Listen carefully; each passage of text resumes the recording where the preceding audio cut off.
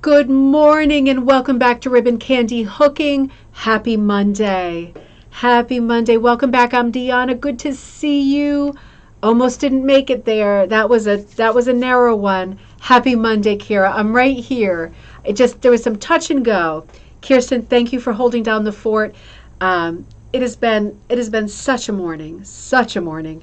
Kirsten just posted in our group, our Facebook group, Rug Hooking and Punch Needle Club, that the coffee time info was forthcoming. I just hadn't gotten the chance to get it up there yet. Kirsten, thank you so much. Tara, good to see you in Ontario. Happy Monday. Robin, happy Monday in Wisconsin. And April, it sounded, Robin, like there was an event in Wisconsin, and you wrote something like, "I wish I was a bit closer," kind of thing. Was it a show? It was Kaz posted something, didn't she? Some kind of a show that was happening with some hook drugs. I'm gonna have to look at that again. April, good morning. Good to see you. Tara says, working on my little rug for the exchange today. Good thing you said that. I got to work on Heather's rug myself. And great to see you in New Hampshire. Good morning. Jennifer, good to see you. So happy to be able to. Oh, I'm so happy that you're there. Oh, but life is so busy, and it's always something you can come back to. We're always here. It's good to see you this morning, though. And Linda, good morning in New Jersey. Beverly, good morning. You have been working away. Your output is unreal, just unreal. Debbie, happy Monday. Good to see you. Cynthia, good to see you. Happy Monday. Dave is on in Toronto. Good to see you. All right, I'll keep track of what's going on. Teresa, good to see you. Good morning. I am so sorry for the late posting. It has been such a time. I drove back and forth to the schools 4 times already this morning. And I would have had to have done 2 more if Teddy's dad couldn't have dropped him off just now, because we are on a crazy schedule with school, dropping Teddy off, dropping Joss off, picking Teddy up, bringing him back to school, sometimes for a half hour or 45 minutes just to eat lunch. This is getting really crazy. The school is trying to make it very difficult for me to keep going with this schedule that they give. It's a weekly schedule, so it doesn't stay the same. Didn't think I was going to make it this morning, but I did. We're going to figure out a way around this. Barbara, good to see you. Good morning. But it does certainly create chaos of mind. So let's see how well I can perform this morning with a great coffee time episode. I don't want to miss it. Wisconsin Wool Festival was this past weekend. Yeah. Well, Wisconsin is a big place. I'm sure there is, like, if it's not in exactly the right place, it doesn't make sense. But it sounds good. And you just reminded me, Robin, I'm going to have to check on our fiber festivals up this way, too. I keep saying, and I keep forgetting to post on my own, all my pages, I am at the Litchfield Fair this coming Sunday or Saturday. Sunday. The Litchfield Fair. So an outdoor fair with tons of rug cooking stuff, new supplies, old supplies, tons of stuff. I'll post that on the Facebook page later today. Yeah, they can't. With schools right now, they're saying they don't have the transportation. There's not as many people working the buses anymore. People took early retirement and whatever else. They're just not there. They're making it so difficult. I hope it settles down soon, too, because he's like a little fireball. He's so excited. And they told me when I picked him up, it's only a second day. And she said, yeah, I want to be honest and tell you he probably is going to need somebody to sit with him, all day if he in a school situation. And I thought, man, you're not rushing the gun, are you? It's you've been with him 4 hours of his life, and you've already made up your mind about him. That's not what I want to hear right now. Crystal, good morning. Good to see you. Anita, good to see you. So you know what happened this weekend? Nada, great to see you from San Francisco Bay. Oh, that sounds so good. I didn't know if I would make it to it all this week because it was such a bad week last week, right? We had great time here. This is like the stabilizing, happy time for me. But it was a hard work week, and it was a hard week with the kids at school and fighting for Ted's rights to be there. And so I made kind of a last-minute decision at the end of the week last week to take them to New Hampshire to go to Santa's Village. I don't know if any of you have been to Santa's Village. It's been there for decades and decades. It's one of these great old-time amusement parks in Jefferson, New Hampshire. We stayed in North Conway where it was a bit more lively, but the park was in Jefferson, and it was just lovely to be out at one of these old-time parks, blasting Christmas music, riding the rides, the Peppermint Twist, Rudy's sleigh, you know, was a big roller coaster. And it was just so fun. It was so fun. Joan, good to see you. Oh, you're taking a class with Anita White next weekend. That sounds exciting. Ooh, ooh, ooh, that sounds exciting. Let us know how it goes. Let us know what you make, what you're working on. But it was a great weekend, and it was beautiful weather, and we did a lot of hiking and stuff. It was rocky gorges and, you know, typical granite type New Hampshire landscape. And you know, so beautiful up there. It's so beautiful, and it was so peaceful, and it was so nice. We had such a nice time on Santa's Village on Saturday, and I was feeling very renewed and energized on Sunday. So I took the kids to the indoor pool area inside the hotel. You have to pay extra, it costs a fortune. But I thought, let's just do this. We're here, right? We go inside the pool area, and what's the first thing that I did? I wanted to show Teddy that the water slide, there was like 12 water slides. The smallest one wasn't so scary. And I went down it. And while I was going down it, I thought, why am I doing this? What is wrong with me? You know, I knocked my shoulder out of joint at the first week of June, and I've been suffering ever since.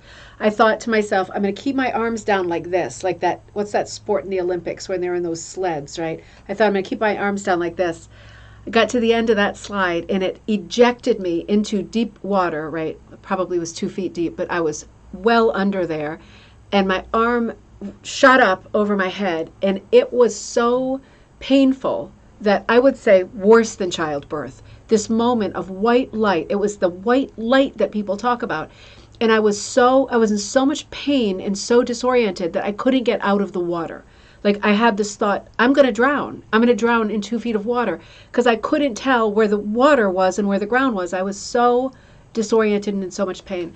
So it turned out, to make a long story short, too late, that I was crying at the amusement park, which is super festive, right? Like there's kids crying because they're tired or they want lunch or they want to go one more time. I'm crying because I was in so much pain. And the first aid people came over right away and iced it and stuff. But I sucked it up and I stuck with it and I stayed. But I have not been able to move this arm at all. It is much worse than the first time. So I have a doctor's appointment this afternoon, and I was able to squeeze in this one coffee time. But this thing does not go up or down. It just... Oh, Kira says those water slides, you had an awful but hysterical experience on one of the funnel slides. I mean, it is fun. It is fun. This was not fun. This was what I would think of as like Superman faster than a speeding bullet kind of action down the slide.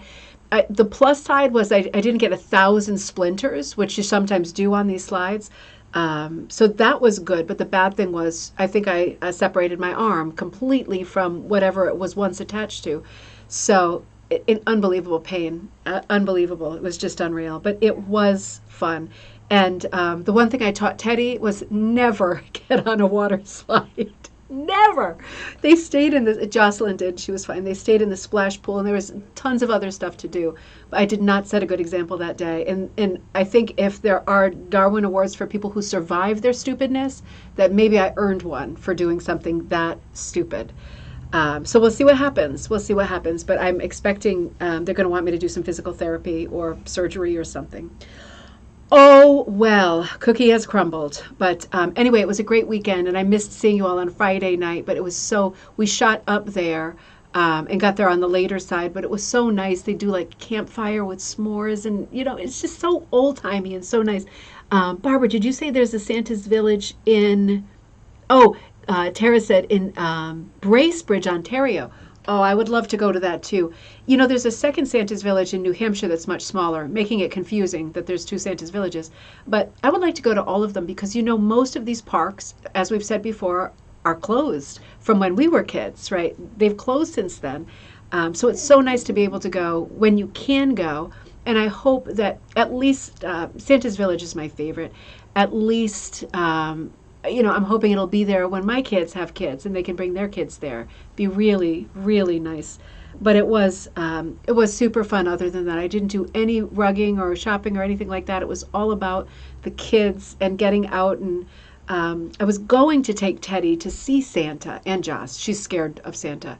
But I think he doesn't quite believe in Santa anymore, so I didn't know how that would go. And when I asked him if he wanted to see Santa, tricky, he said, He said he didn't think that Santa was real, but he thought that Santa was God, because he does such nice things for people. And I thought, ooh, this is very tricky, isn't it? Because if he goes and sits on Santa's lap and it starts asking him if he's God, because the park has religious overtones too. There's a beautiful little church, and there are some elements of like religion to the Christmas part of the park. And I thought this could be really sketchy, but I thought at the same time, isn't it interesting that he doesn't know a lot about God, right? Profound, or Santa. And the thing that he knows about both of them is that they are both like benevolent, kind people who give, right? Help and give. And I thought it's not surprising that he would think they might be the same person, right? I mean, it's strange. It sounds awfully sacrilegious, but I thought I get where he's getting that idea at least, right? Interesting. Oh, Catherine says, I think I'd rather hurt my shoulder than lose my bathing suit. Well, you know what? I was going to ask them that. The people who worked there, they were just kids, so I ended up not. But I thought, how many of these girls who are wearing these tiny strapless little bandeau tops lose them on the way down the water slide? It has got to be lots. It has got to be lots. Because I was in my giant miracle suit, one piece that was like, 3 sizes too small. I put in a 10-pound sausage in a 5-pound sack just to try to look a little bit normal and thin. And I mean, everything was popping out of everywhere. It was like such force of nature. It was awful. Debbie says, I went down a slide at my old childhood pool a few years ago and almost flew right off it into the concrete deck. You know what? That is so true. And I wonder that too. Is it possible the way before I had the crash, before I crashed into the water, the way that you come up on the sides, I thought, is there a recipe for this? Have they measured this thoroughly? Because my body weight going way up on the side, come crashing down 3 floors, right? 3 like full stories. Obviously I wouldn't make it. But I thought, has that happened before? And how do they know someone my exact weight, my exact height, that exact speed? How do they know I'm not going to come up over the edge and come crashing down? I just shouldn't have been there in the first place. That's one of those moments you say to yourself, I should have had a V8, right? Oh dear. Now you're all talking about this. We've all had these horrible, scary experiences, right? And it's like, isn't it supposed to be fun? I'm seeing the kids laughing, and Jocelyn got a few scrapes. She was bleeding in quite a few places. She's still laughing and having fun. I'm sitting there crying with 2 ice packs on my shoulders. It's like, God, I guess I'm getting old, right? I guess I'm getting old. But in rug hooking news, it's funny to chat about this stuff, but man, I am scared to go to the doctor because I know he's going to say, what a boob you were for not coming in June when you first did the thing. Now you're really in trouble, kind of a thing. We'll see. So one thing that I did on Thursday night, before we woke up crazy early to take off for New Hampshire, I did some dyeing. I dyed like all the orders up to date, and I finally dyed the Maud set, the Maud Lewis set.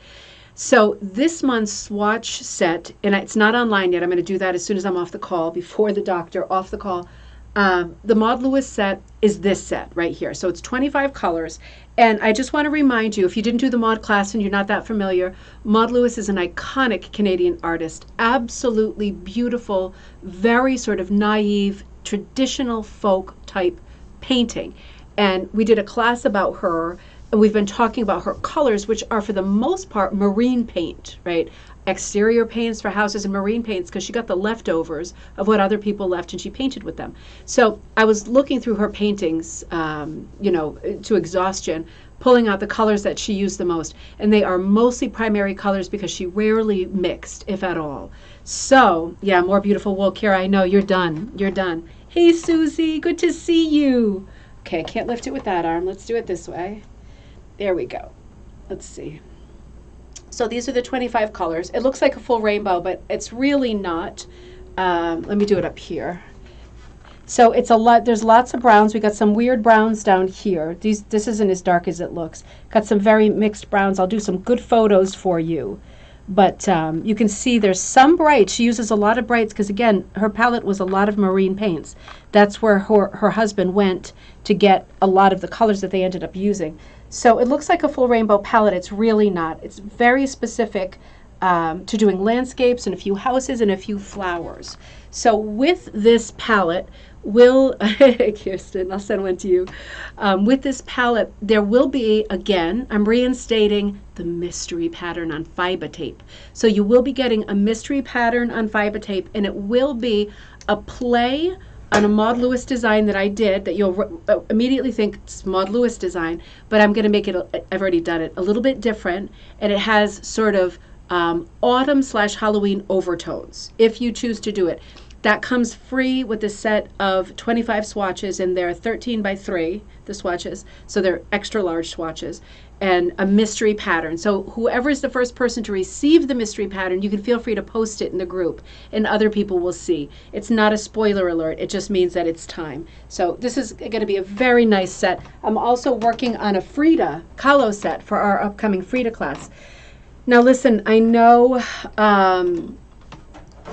a bunch of people have sent me your answers to the mystery rug of last week, what all of the symbols mean. And I've read some of them, and I haven't read all of them. That was my job this morning, but then I got sucked into school troubles and driving 6 times. I didn't finish going through those yet. So I will look at those tonight, and I will tell you who provided the most complete, full answers to what are those symbols on the mystery rug. And we'll look at that mystery rug again tomorrow. I'll show you, and then I'll tell you what all the answers were that everybody came up with, and that will be a lot of fun for us. So that is a to be continued cliffhanger to tomorrow. Oh, Debbie, that's a great question. Will there be yarns in that palette? You know, I always dye the exact same palette in yarn. And I usually do the 3-ply yarn because I assume people are either hooking or punching with a regular punch. So I'll put the yarns out too in the exact same 25 colors in 3-ply. But if you ever want 2-ply, just send me a note because I can easily do 2-ply, and I might already have 2-ply if somebody asked before you. But the 2-ply is really only great for the fine punch needles. And I know most people punch regular or hook. So yes, the answer is yes. I'll make sure that yarn is on there as an option. It will say 3-ply. Let me know if you want something different though. So that'll be a lot of fun. I'm also putting up 2 more classes today, if they're not up now.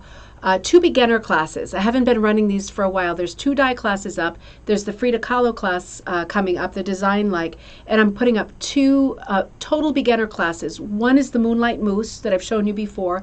That'll show up. And the other one is Nesa Russo's Gnome, her beautiful garden gnome with a colorful background. Both of those are available. One is on a Wednesday, one is on a Thursday coming up. They'll be on the Facebook page shortly and on the Ribbon Candy Hooking page. Those are coming up for beginners, and those come with the image, right, the pattern, all of the wool. The gnome comes with velvet as well. There's a little bit of velvet in that pattern, the way that I'm hooking it. A hook and a hoop.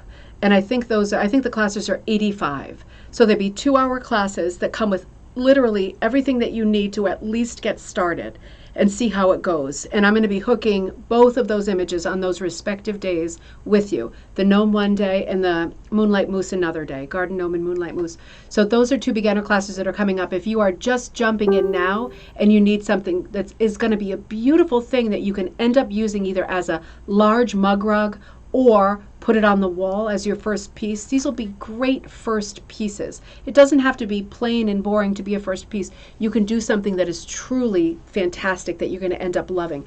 And I'll give you a great big border too. So if you want to sort of grow your sides out and make it an even larger piece, you'll be able to do that as well. The link, I don't know if I have them in this video just because I listed this like 2 minutes before I went on. But Catherine, if you go to Ribbon Candy Hooking, those classes are all in there. So the Frida class is in there, the Designing Like Frida Kahlo. I forgot to show you, I started hooking that piece and it's looking so nice. There'll be lots of Frida pieces that come up as a result of this class. But I started hooking my first one, I forgot. But that class is there, and all of the other classes are there. And of course, this weekend I'm also teaching in person, again in Madison, Connecticut, teaching hooking your Van Gogh, hooking your Starry Night, the Van Gogh Sky. So that's coming up on Saturday too. That's still available at Madison Wool. I think she's still got spots. So lots going on and lots to catch up on. Bed bugs. I know, Ann, I've been doing the same thing. Sure thing, Catherine. If you can't find it, just let me know. ribboncandyhooking@gmail.com. So, you know what? Let's jump back and do some commentary. I want to get back to this great book that we started on Thursday together. It was a very poetic episode because Jessie Armstead Marshall wrote such a beautiful, great historical document in this book called Bed Rugs, right? So we started talking about the relationship between bed rugs and hooked rugs. And she addresses that shortly where we left off.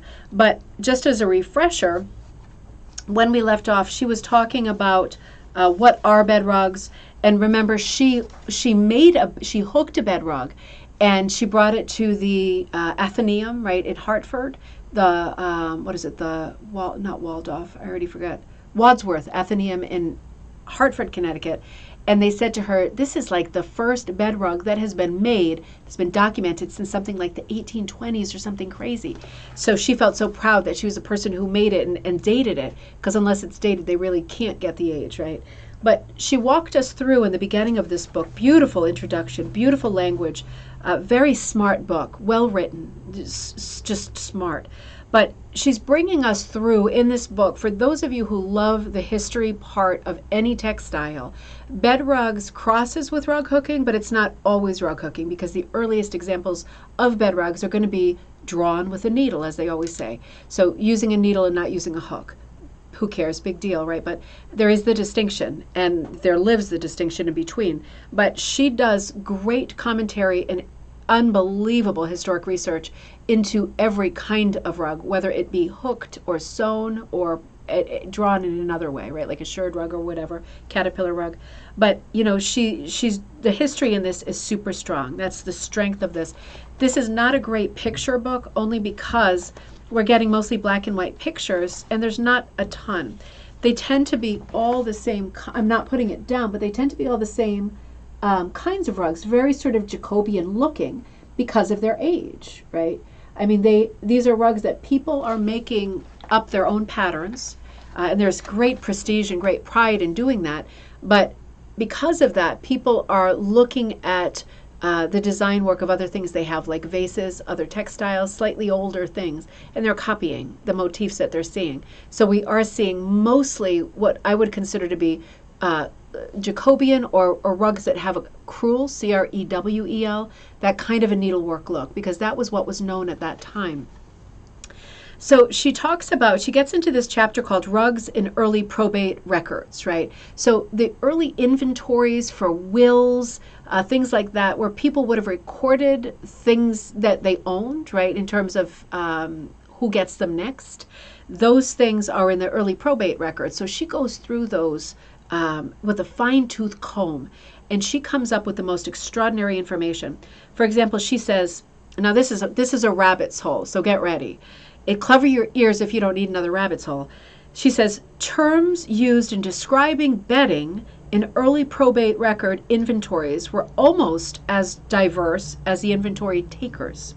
Some terms used to describe rugs included a shag, blanket, Irish and Polish rugs for beds, rugs by the yard, a sad rug, meaning a brown rug, because sad reflected the color brown in those days, a rug eaten, like a rug eaten, probably by moths, and worsted stripped with an S-T-R-I-P-T, rug, a stripped rug, so either made with strips or striped, hard to know. Many rugs were listed by color. The most popular was blue, probably not a floor rug. There were a lot of rugs that were listed as red and green, other popular colors. Other descriptions were a silk rug, a rag rug, lots of other bedding that use the word rug, R-U-G-G. Other adjectives associated with rugs were striped, blue, white, bird's eye rugs, plain rugs, cabin rugs, cradle rugs, and thrum rugs. So these are all for a rainy day, right? Rabbit holes for a rainy day, because researching any of these, you are going to pull up things from your local historical society and historic houses that are close to you. And again, I've said this before, but if you get a minute and you're feeling it, send a letter, send an email out to your local historic houses, to your historical society, and say, what kind of rugs have you got over there? Are there any rugs? Because chances are they'll say, yes, there are a bunch rolled up in the attic, and we don't know anybody who can look at them or tell us anything about them, so we keep them there. This happens all the time. It would be so nice to be that person, even if you're not an expert, to just say, I would love to come, look at your rugs, whether it's a floor rug, a wall rug, a bed rug, look at your rug, and I'll just take photos because I want to pool the information with other people. We can put our heads together, round table style, and say, you know what I think this is? And we could identify some more rugs all over the place. We could do it so quickly, so effectively if we work together. So even if you don't feel like you're the person to go and say, I think that's a shared rug, you could at least take tons of photographs and we can all chime in with our opinions and our thoughts. I'm certainly not going to be the best at this. There'll be other people who are way more knowledgeable than I am. But if we pool our information, we'll be able to identify a lot more stuff. And who knows, maybe as a result, some of these little places that are holding these early important rugs and bed rugs, we'll take them out of holding and put them out on display. And that really would be a great accomplishment, wouldn't it? I mean, I would feel great even if one place did that, took out the rug and put it back on display. So she talks a lot about the history of these rugs, and it really is beautiful. The language she uses is beautiful. The probate estate inventory of Captain Miles Standish, that is the Miles Standish, written December 2nd, 1656, and exhibited at the court held at Plymouth, Massachusetts. There you are, Kira. Kira's in Plymouth. Included several rugs. One rug spelled with 2 G's, so R-U-G-G, was listed with a blanket and a cover lid. A cover lid. Now, isn't that interesting? I didn't realize, but that must be the genesis of the word coverlet, right? Cover lid. It's a lid, right? It covers the bed like a lid. That makes perfect sense, doesn't it? So 2 of those, she says they don't say whether they're, well, they wouldn't be hooked at this point, but whether they're sewn or how they're made, whether they're woven, doesn't say. There's not that much detail, but I really appreciate the use of the word cover lid as one word for 1656. That's just a great one to file, right? And she says also listed were another old rug and a feather bolster. So that just reminded me of this period in history. They're picking up turkey feathers, bird feathers, whatever they can, and putting them into pillows to use them, for home use, for comfort. And yeah, we've come a long way since then. Not that there's anything wrong with feather beds or pillows, but man, I'm not thinking that these are the kind of feathers that we have in our downy coverlets now, cover lids. She also says in a will dated April 17, 1666, Elizabeth Watts of Hartford, Connecticut, gave her cousin Daniel Hubbard a green rug. The will of Sarah Ensign, also of Hartford, also 1676, she gave her grandchild, Sarah Rockwell, 1/2 dozen napkins, a pair of sheets, and the best rug in her will. The best rug. But no details about whether the rug was floral or plain or striped or stripped or any of that stuff. So I thought that was all interesting. She gives so much information in here about where her sources are, right? So she's New England based too. She's Connecticut based. And I'm not sure what her status is in terms of, I have a feeling Donna said that she'd passed away. Probably shouldn't say that until I get confirmation. I wrote Donna about, remember I said last week that there was some kind of an event at Donna's shop in Woodstock, Connecticut about bed rugs. I think they were making them or designing them or something years ago. And I asked her for more information on that, but she hasn't written back yet. She's not on the computer all the time. And I also wrote to the Athenaeum, a very specific email asking if Jessie's bed rug was still there and whether it was on display, because I would like to take some pictures of that rug and share them with you. And hey, if it's there, we can maybe plan an event for people who are local and go look at it together. Wouldn't that be something? There's a bunch of things I want to do together. We'll see what's going on with this, and if we can make that work. Kira says, I wrote to Hedge House in Plymouth and no answer about rugs. I'm going to try a few other places. That's a great start. Sometimes the person isn't there, every day or even every week, some of these smaller houses. But I think and I hope that these are the kinds of places that are holding on to some of the earliest rugs, right? Historical societies and historic homes. And it would just be great to know where they are and to begin to document them. We will evolve something. We will certainly evolve something. And it'll take a lot of time where we get some kind of a map in place or we get some kind of a system in place where we can all kind of log in and document where we saw different rugs, so that other people have access to them and they know too. It'll be like, you know, they're not going to put this on the GPS for us, right? Like they're not going to, this isn't going to be one of the filters we see that you can search for homes with historic rugs, but we'll have to do it among ourselves so that we all know where other people have found rugs, kind of like the kids playing Pokemon Go, right?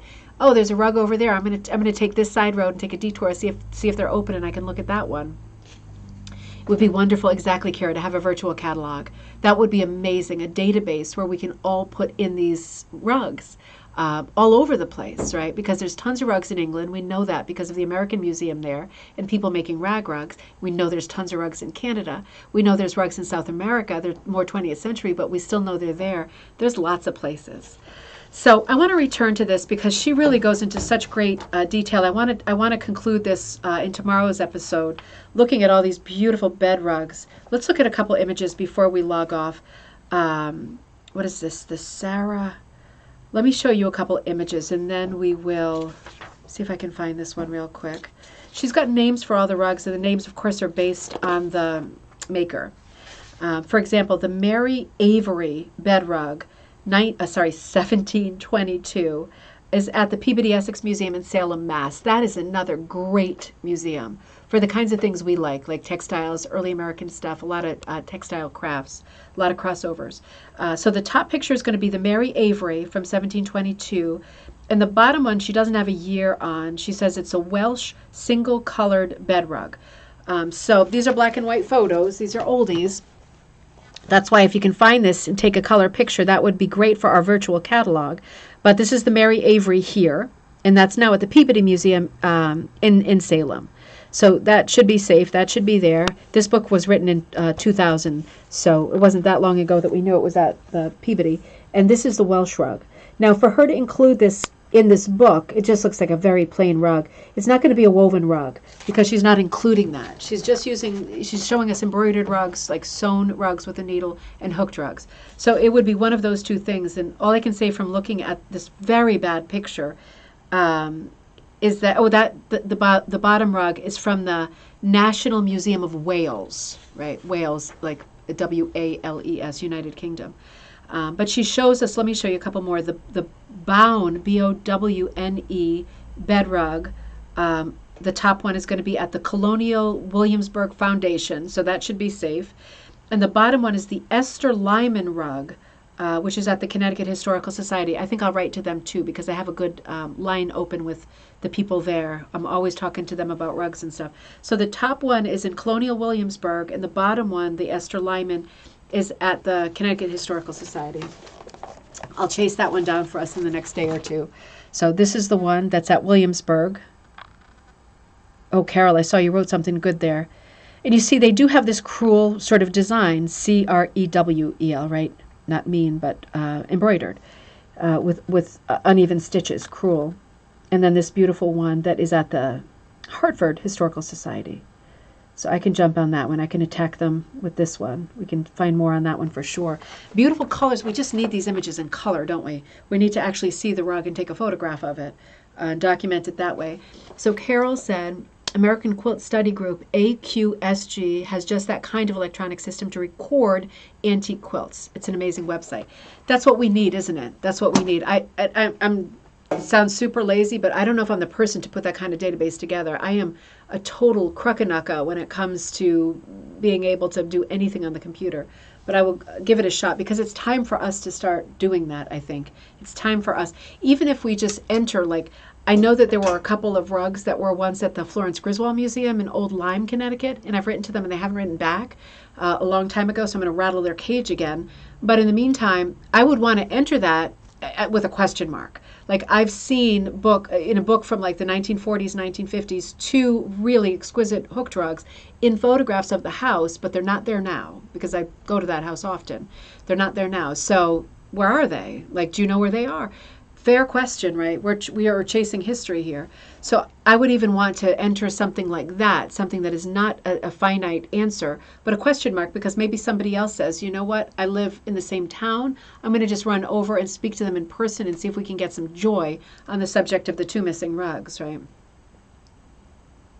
Share their database with us. Yeah, that's true, Kirsten. I wonder if they would. We're not super closely related, but you never know. We could at least maybe learn something about the way that they built their database, right? That we should do this. We should really do this. We should get serious about doing this. Anyway, I'm going to get to, let me see how I can pick this up. I'm going to get to work on a couple things before I have to go for my appointment. And again, the Maud Lewis collection, it's really true to what her colors are. Lots of browns, lots of greens, and then a few blues, of course, for water, and a few crazy brights. So be looking for that soon, and then that mystery pattern. I'm so hoping that some of you will do the mystery pattern, and I am listing my really large Maud Lewis ones that I started, 2 of the 3 of them. I'm listing those 2, so I'll show you those for ideas for coloring, because I think they're coming out so well. I'm just a bit slammed with busyness right now, particularly with the kids in the school and that ongoing fight. Maybe they use a CRM via WordPress. WordPress is a blog site, isn't it? Do they have, like, here comes some stupidness, do they have prototypes, databases, betas, what do you call them? Like grids for entering data, do you think, on a blog site? I mean, maybe they do. Maybe they do. It's huge. It may be part of Lincoln, Nebraska University or something in the Marie Webster home. Okay, it was costly, that you remember. I bet. Let's see. Thanks, Anne. Yeah, let's brainstorm more on this. For those of you who are more computer literate, please chime in on the idea of beginning a database that we can all have access to. Is it possible to have a database, here comes another one, where everybody can contribute, but nobody can accidentally delete the whole thing? Is that even possible? Those of you who are more computer savvy, please chime in. Let me know what you think, because I would love to get this thing off the ground so that we can all start documenting. We'll see how it goes. I'm hoping they don't tell me I have to go for physical therapy, because Mama ain't got no time for that. Mama don't want to play that game. We'll see how it goes. But I will see you all tomorrow. Basic System Excel even. Could be locked. Yeah, it could be locked. It's a lot of work for that person as people send in info, but it could be locked. I don't trust myself to enter info on an online system. I don't trust myself to send an email accidentally before I finish typing it. I don't trust myself to do anything on the computer. I don't trust myself to check my voicemail without deleting the message before I've pressed the button that I want to listen to it. I'm the worst. But yeah, let's brainstorm. I think you all are smarter than I am with this stuff. Thank you so much. Spreadsheets. Yeah, Joan, spreadsheets. Is that the same as Excel?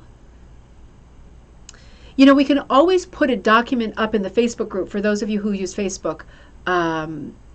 And also on Ribbon Candy Hooking, if you don't use Facebook, where people can at least look at it, right? Because I have some documents in the document section of our Facebook group, free patterns that people can download always. Maybe we could put something up there for the time being, and people can send info and say, I know that these rugs are here because I just visited them, all different states, all different places. We could get a move on it. Thanks, Dave.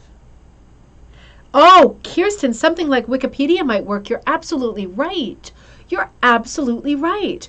If we call it something, then we nail down that name, right? We can call it something definite, and then people could maybe put in requests to add information to the Wikipedia page. And we could keep it as a nice list so everybody could see it and refer to it. And then there's always the chance other people will stumble upon it and say, well, you know what, I happen to know something too, and chime in with their knowledge, right? I mean, that could be really good.